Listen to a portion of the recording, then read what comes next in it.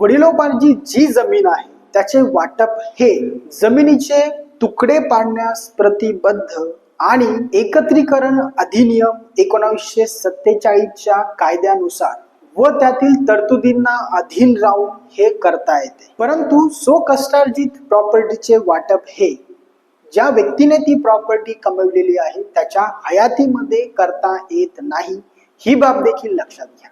आता वडिलोपार्जित जमिनीचे वाटप जर करायचे असेल तर येथे 3 पद्धतीने ते वाटप करता येते। यामध्ये दिवाणी न्यायालयात जाऊन, त्याचप्रमाणे दुय्यम निबंधक कार्यालयात दस्त नोंदणी करून, तसेच तहसीलदार यांच्या समोर तसे वाटप हे करता येते। येथे ज्यावेळेस तुम्ही दुय्यम निबंधक यांच्या कचेरीमध्ये तसं वाटप पत्र करणार आहात त्यावेळेस सर्वांची संमती आवश्यक आहे।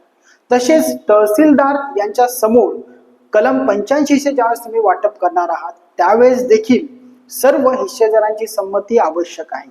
जर सर्वांची संमती असेल तरच हे 2 वाटप पत्र तुम्ही करू शकतात।